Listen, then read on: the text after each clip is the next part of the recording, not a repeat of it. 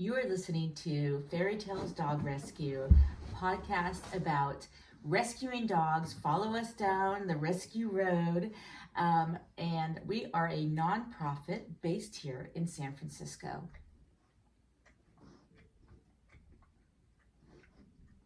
Hi, Louise. Oh.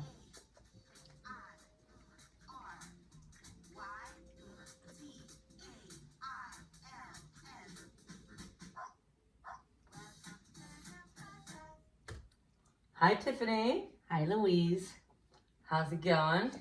It's going well, my friend. We are back. Yes, we have. We've been on a hiatus, and it's been nice to take a hiatus, but it's even better to be back.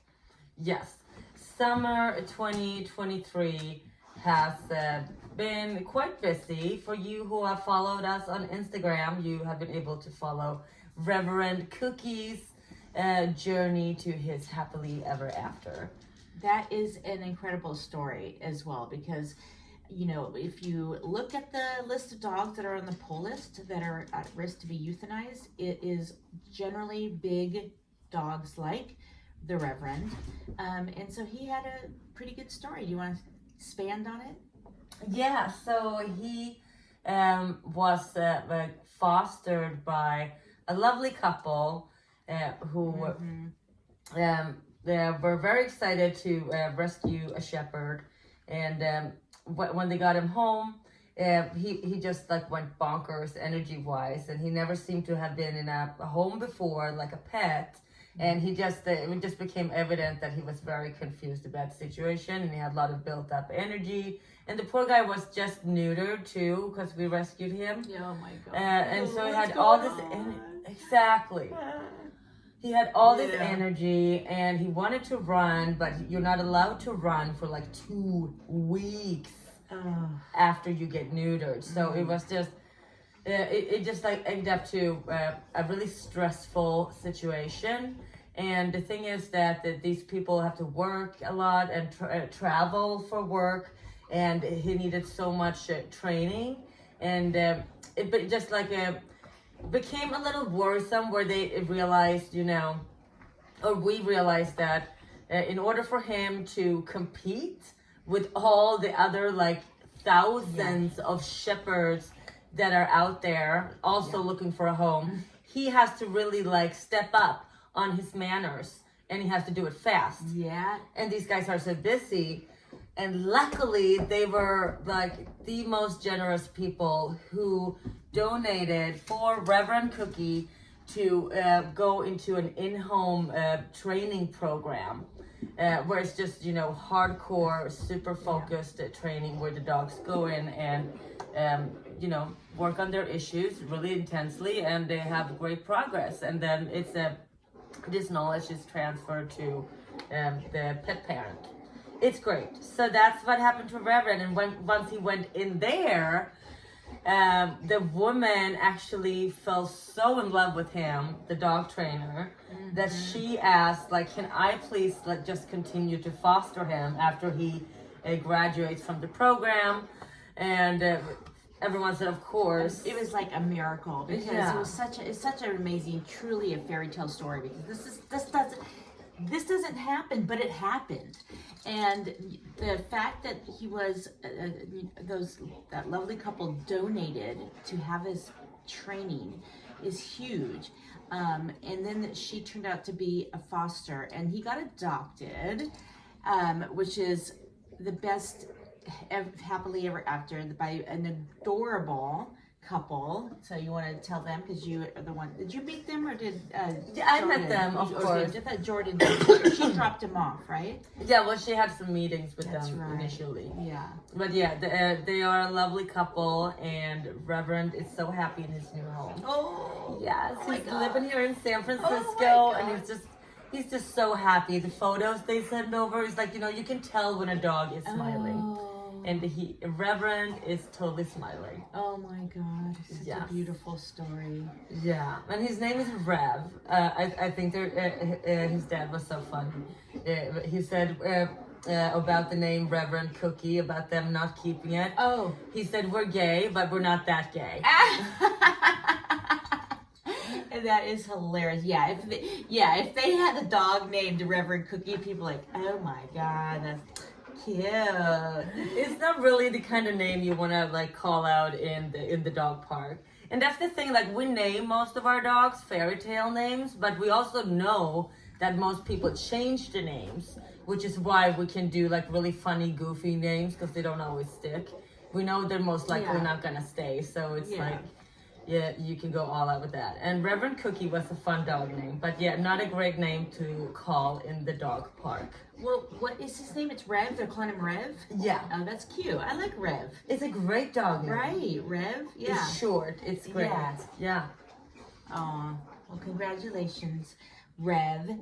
And also, that wonderful, amazing foster that took Rev just fostered another dog in need. Oh, that's right. Yes, we have a new foster dog we want to tell you about. So this lovely dog trainer, like you said, she just took on our next foster. And her name is Minerva. Minerva. She Great is name. a 6-month-old shepherd girl. Mm-hmm. Yeah, she's really cute. She's got this sweet, adorable face. And she was in the shelter with several other siblings who are still on the list that desperately need help to be pulled. So she got lucky. She was the lucky one, Minerva. Yeah, and you ask yourself, how the heck do a bunch of 6-month-old shepherds end up on the street in a shelter? Excuse me. Well, we know why, because people aren't doing the right thing. But this is the whole point of our podcast, is that we're trying to spread awareness and create, and with the more knowledge we have, the more power we have to fix this problem. And the problem is backyard breeding, spay and neutering, not. Yeah. I mean, and that's something I thought about recently, Tiffany, because when you look at the numbers and the statistics of what different areas are responsible for putting dogs in shelters, it is the puppy mills that are the most responsible for putting dogs in shelters. But when we look in the shelters, like what we see the most are pit bulls, shepherds, huskies, and so on. And these are not really puppy mill dogs. no. So, and these are backyard breeder dogs more. Yeah, these are backyard breeder dogs, or people who just don't get their dogs fixed. They got their dog from a backyard breeder, so that means they weren't going to get them fixed. The benefit of getting from a shelter or a rescue is that you're getting a dog that's spayed and neutered and has all the vaccines, a microchip. It's like all of those wonderful things that you need before you take a pet home. So we really have to stop this, because what people do is they pick up a pet, or somebody had, oh, my dog had a litter of puppies, do you want some? And then what do? They go, oh, I'll take one, but the cost of getting the spay and neuter and the vaccine and all of those things can be very expensive. So it's not an understanding of what it takes to take care of a dog properly. Yes, well said, Tiffany. And let's move on. What did you come to today with? What is weighing on your heart that you wanted to share with us? Weighing on my heart? No, earlier today you texted me that you found an owl. You texted me a picture of a dead owl that you found. And then it wasn't even an explanation. It was just a picture of a dead owl, and I said, ooh, don't throw it away. It's really cute. And I have so many questions. Yes. I know, it's really random. It's very random, but nonetheless, I have a beautiful, oh my God, beautiful owl in my possession. So a friend of mine was driving in Reno and with his friend, and they were like coming back from a trip or something. And, these roads are like one lane roads, so it's one going like south, one going north, back right next to each other. So you can't. So if something's in the middle of the road, so they saw this brown bag like in the middle of the road, so they like couldn't turn right or left because they'd be in oncoming traffic and it's dangerous. So they hit bad. They got home and this owl was cradled into the bumper. Like it was more like the car just scooped him off the road, like scooped him safely off the road because he was just cradled in this little, his bumper had like a, not his bumper, but his grill had like a scoop in front of it. And he was still alive. Oh, he was still alive. He or she was still alive. Oh. I know. So they rubbed her belly, tried to give her some water, and then, well, first they knew she was alive because then when he was rubbing her belly, her eyes opened. You can imagine eyes, owls. Oh, they have the beautiful. big, beautiful eyes. And I bet she was terrified. They're probably terrified. Yeah. Oh boy. And when she tried, they gave her a little bit of water, but then when she opened her beak, there was like, you could see there's blood in there. Who knows? But then she passed quickly. So an owl is a spirit animal, and they're very special and beautiful, and you don't get to see them very often because they're birds of the night. That's why I was so excited. Yeah. I don't mean to be disrespectful, but it is really cool. Like, wow. Yeah, it's beautiful. And so I asked her, like, oh my gosh, I want to see it. Can you bring home, I want to get you fed. Then I didn't particularly ask to bring him home, but he did, and I'm glad he did. But he brought me this beautiful owl in a box, cradled in all this nice, comforting. And so I called a friend of mine. Her name's LJ. She, grew up in Indiana. She knows how to, she's kind of like a hick. She knows stuff about, but she's not even that. She's not just a hick. Okay, she is like an amazing human being. She's like one of the smartest people I know. She's like super fashionable, creative, cool, but she also knows a lot about animals. And I'm like, I know, I need to call LJ because LJ is the type of person. This is a true story. She one time saw a very pregnant possum on the side of the road, got hit or something, and like it just happened or something, and she went over and she basically cut the possum open, took the babies out, and saved them, and she kept, fed them, nursed them back to life. And the mother, this is LJ. She also knows, she's an interesting person. She's like, if a rat gets into her house, which is similar to you, but she'll like play with it and pet it. Like she'll make friends with the rat that comes in the house. I'll do the same thing. I know, you do the same thing. So so she's like that kind of person. So that's who you called when you found a dead owl. So she said, because I was like, oh, maybe I can do taxidermy. And she's like, oh yeah, I know how to do it. This is what you do. She's like, oh, she's taxidermy before. I'm like, I don't know if I can stomach that, but I go, okay, I was thinking of paying for it. It was probably expensive. And then she said, to keep the skeleton. And she told me what I need to do to let it decompose. It's going to take like 6 to 9 months, but you have to let it decompose naturally. And she was describing how all the bugs, eat it away. It's like, we'll clean it away. And it's like actually a really beautiful thing. First I was like, ew, that's kind of gross. But then I'm like, that's actually beautiful. It's so how nature takes care of the body and just all the bugs come in. That she was describing, she was telling me which kind of bugs come in. Like she knew everything. I was like, wow. So I think that sounds like, beautiful in my eyes, to have this with this owl. Bring him back to Mother Nature, and that's just let it have its natural decomposition process, and then keep the bones. It's like sounds like a pagan ritual. Yes. So I was hoping you'd be part of this with me because an owl is a very special spirit creature, and I know you'd be interested. Oh, but then we have to do some kind of thank you ritual to the owl.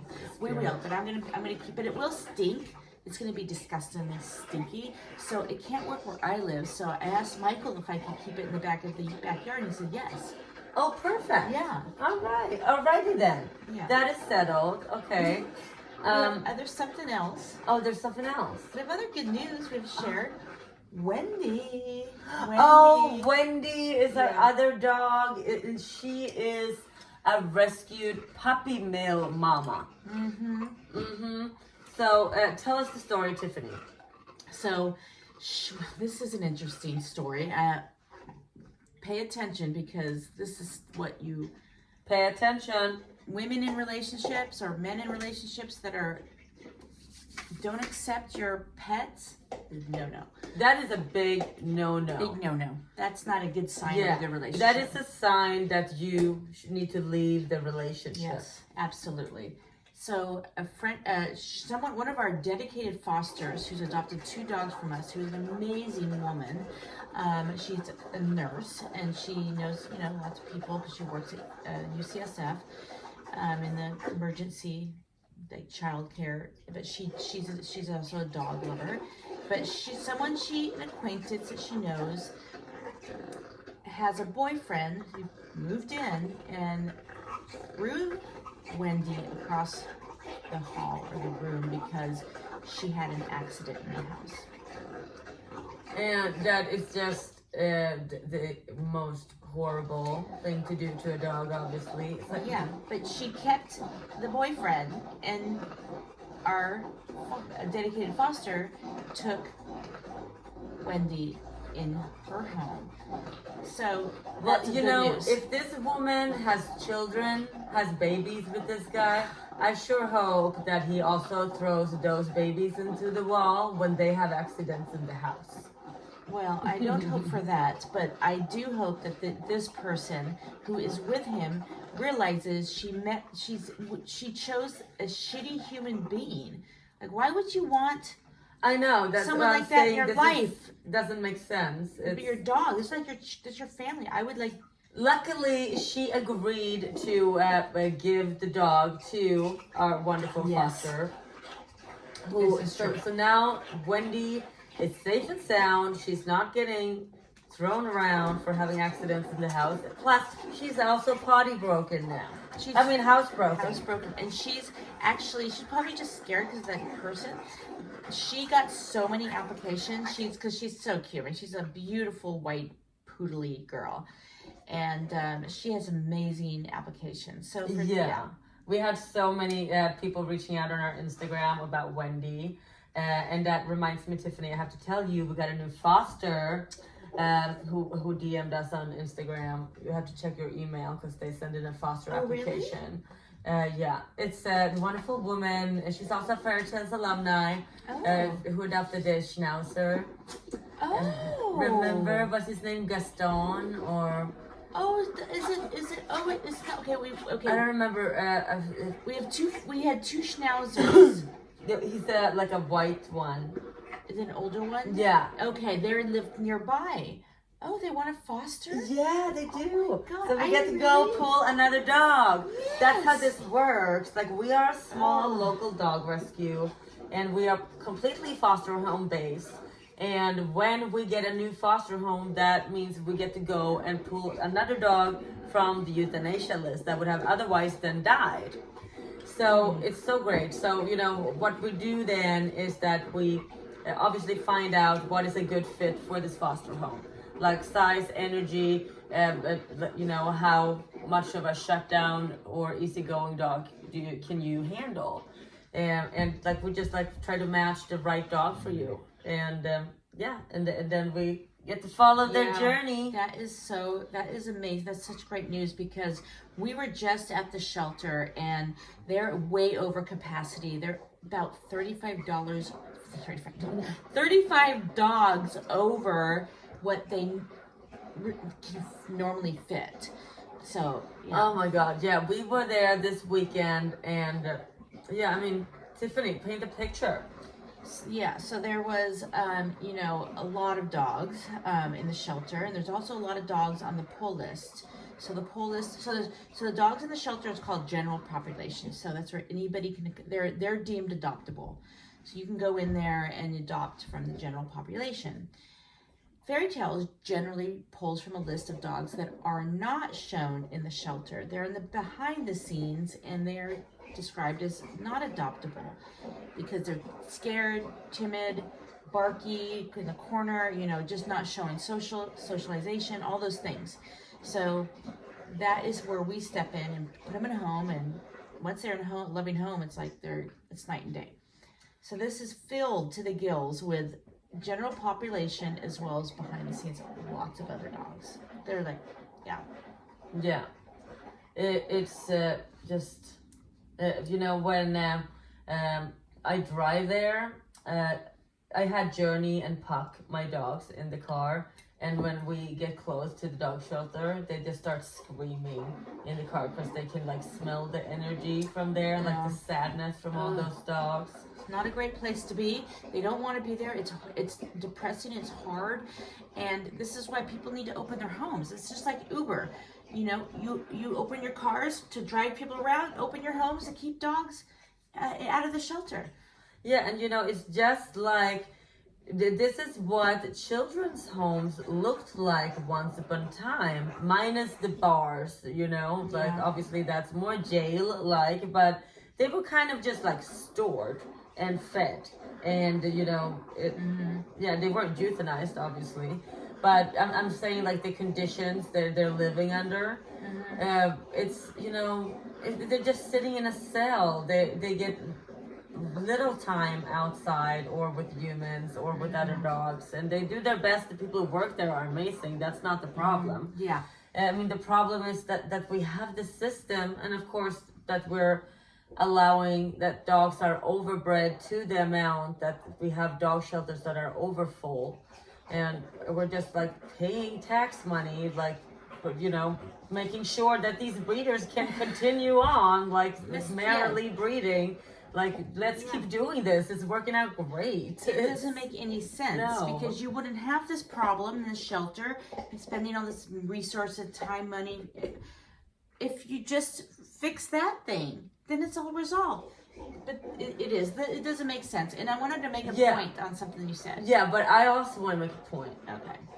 You know, so when it doesn't make sense, you have to ask yourself with these issues, who is profiting from this problem? Who is profiting? Yeah, It's the breeders and the puppy mills, of course, and they are, you know, the breeders shooting are money at lobbyists. Yeah. That are like not working laws through, that are gonna, you know, give budgets for resources for actually enforcing these laws as well. We've been talking about how like they're so rarely reinforced, the few animal laws we have in America, because it's ridiculously few people employed that like run around to check on all the breeders and the puppy mills. Yeah.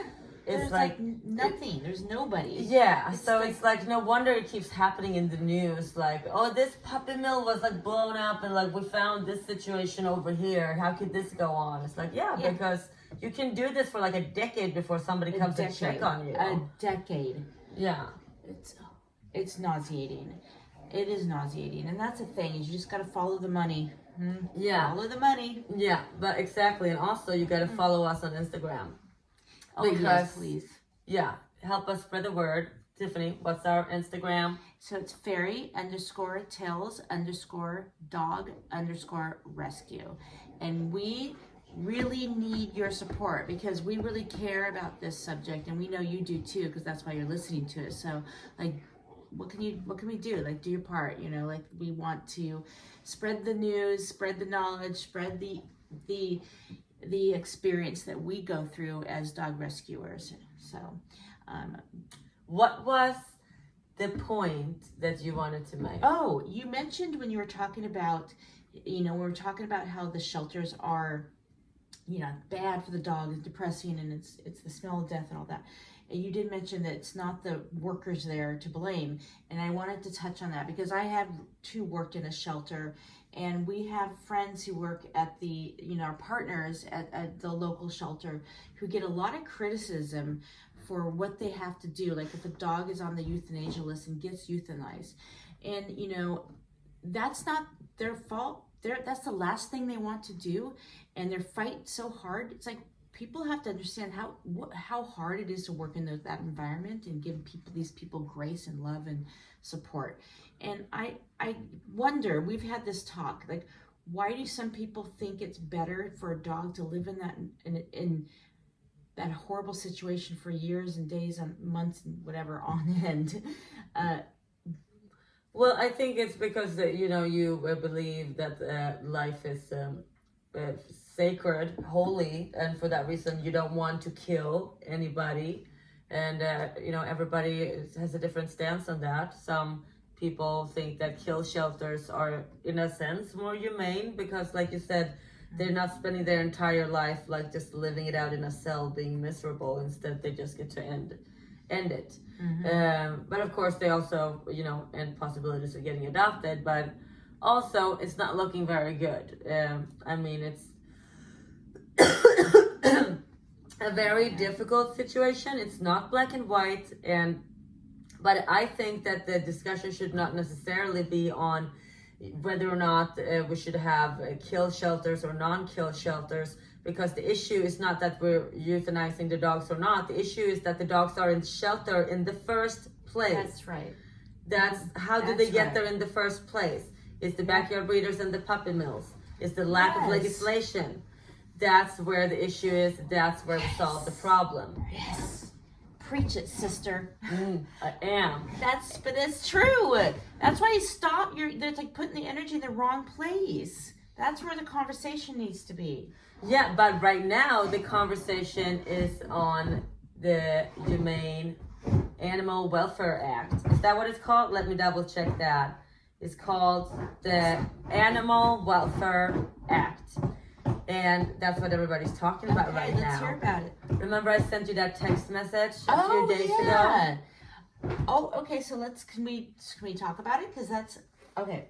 So I have it here, Louise. It's like a picture of a bunny being tested on. Yep. I'm gonna pull it up.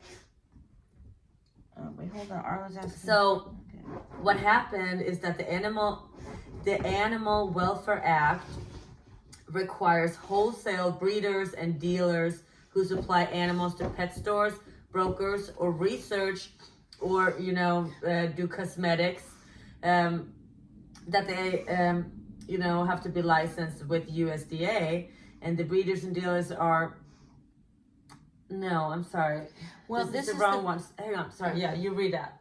Okay, so I'm actually familiar with this. This is about testing on animals, and I'll just speak to it because it's like I work in the cosmetic industry.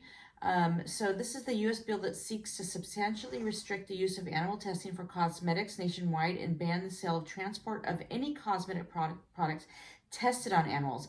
11 U.S. states and 44 countries worldwide have rejected these horrific and unnecessary tests, which includes force-feeding animals, dripping products into their eyes, and applying products to their bare braided skin.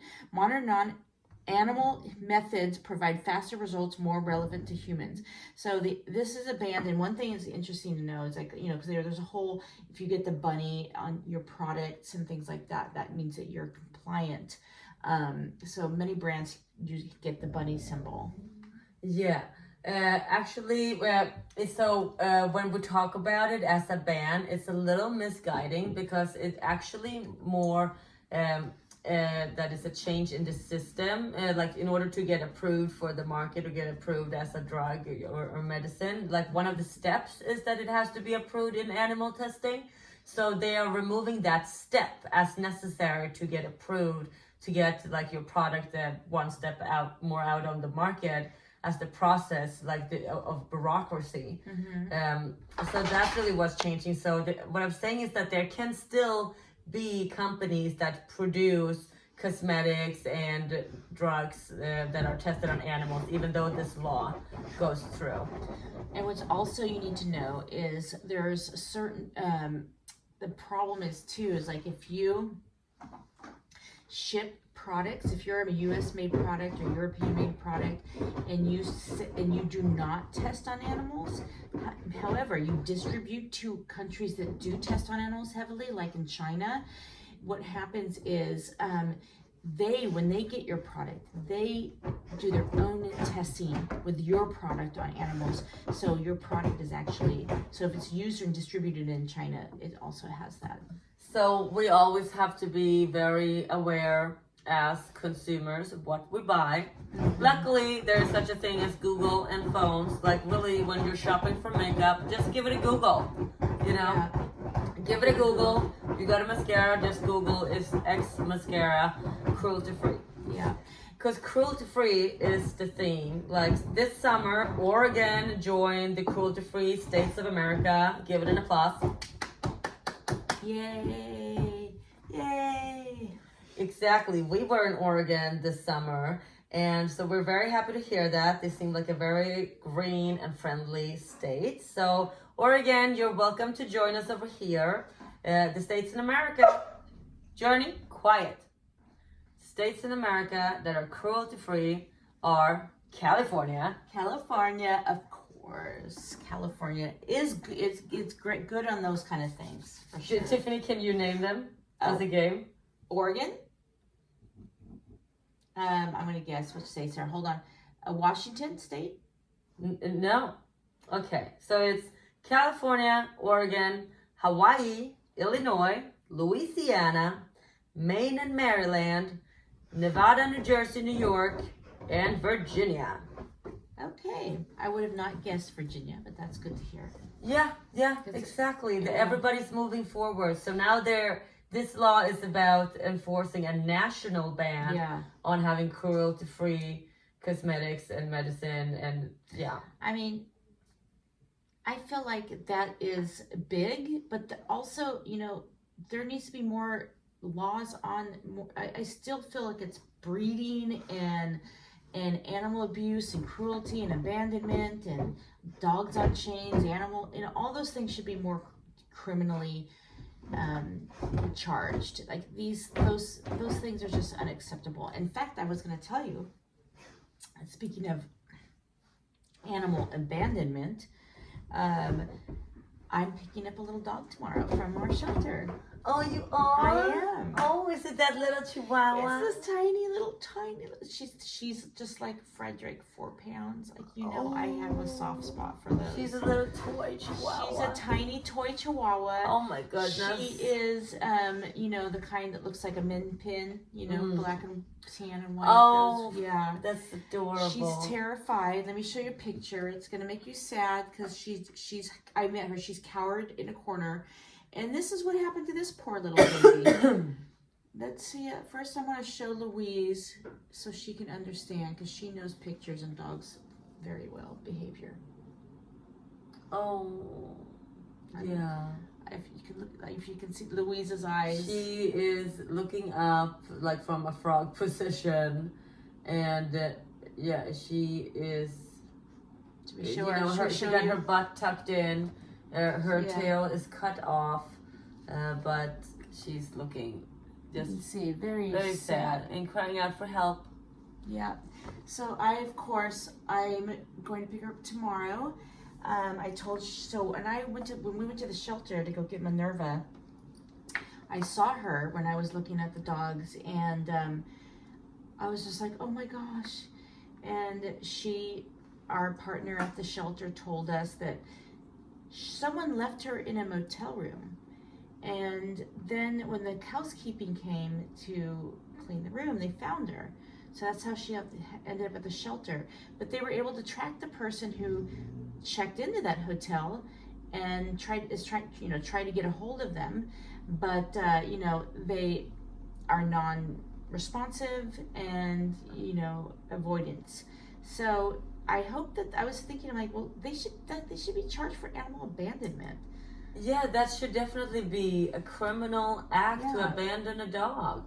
But I mean, parents abandon their children, and are they thrown in jail for that? Yes, they are. They are? Absolutely. But yeah, I mean, I feel like it's a thing about the dads who don't pay, child support. Yeah. But yeah. Anyway, that's a whole different discussion. Yeah, it's a whole different discussion. Another podcast. Yeah. But we got to come up with that sweet. So my goal is with this one is to socialize her and get her more comfortable. And I do have a foster, Dave, who wants a small dog. And Oh, so he's gonna take her? Well, I'm gonna see. I need to see how she looks so shut down and scared. I may need to keep her for a little bit longer to get her more comfortable. I'm not sure if so feel her out. Feel her out. She looks pretty I mean, you never know. Louise, you never know. Most of our dogs that we pull are fine after 1 to 3 days of decompression. They're just like bouncing around, and they're so happy and excited to, get to know the world and catch up on life. Yeah. And then there are those that need more time and training. More time. They're just like people. We all have our times. I mean, our we all have our different emotional needs and our. I believe our dogs are here to teach us something about ourselves, and so if your dog has an issue, then so do you.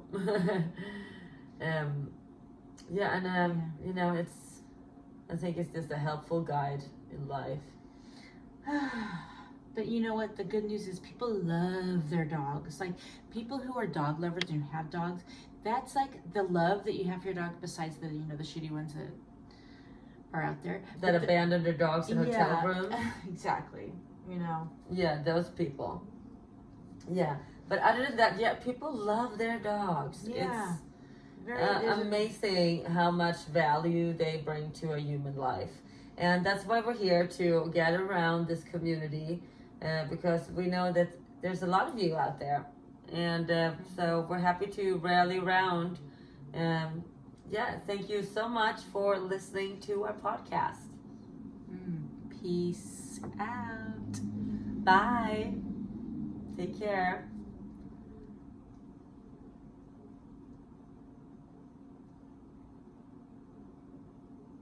How do you think that went? I think it went all right. Actually, it'd be fun to watch it more than listening to it. I know, me too. I'm tired too now. Did you make these yourself out of a pumpkin? No, that was from the girl who ordered the pregnancy test, and I got her a DoorDash order, remember? Those are her pumpkin seeds. You also ordered pumpkin seeds? She ordered lemon juice, pumpkin seeds, and a pregnancy test. That is fucking hilarious. I got her DoorDash order, and I was like, oh, I'm sorry, girl. I'm like, I bet you really wanted this. That is fucking hilarious, dude. It is hilarious.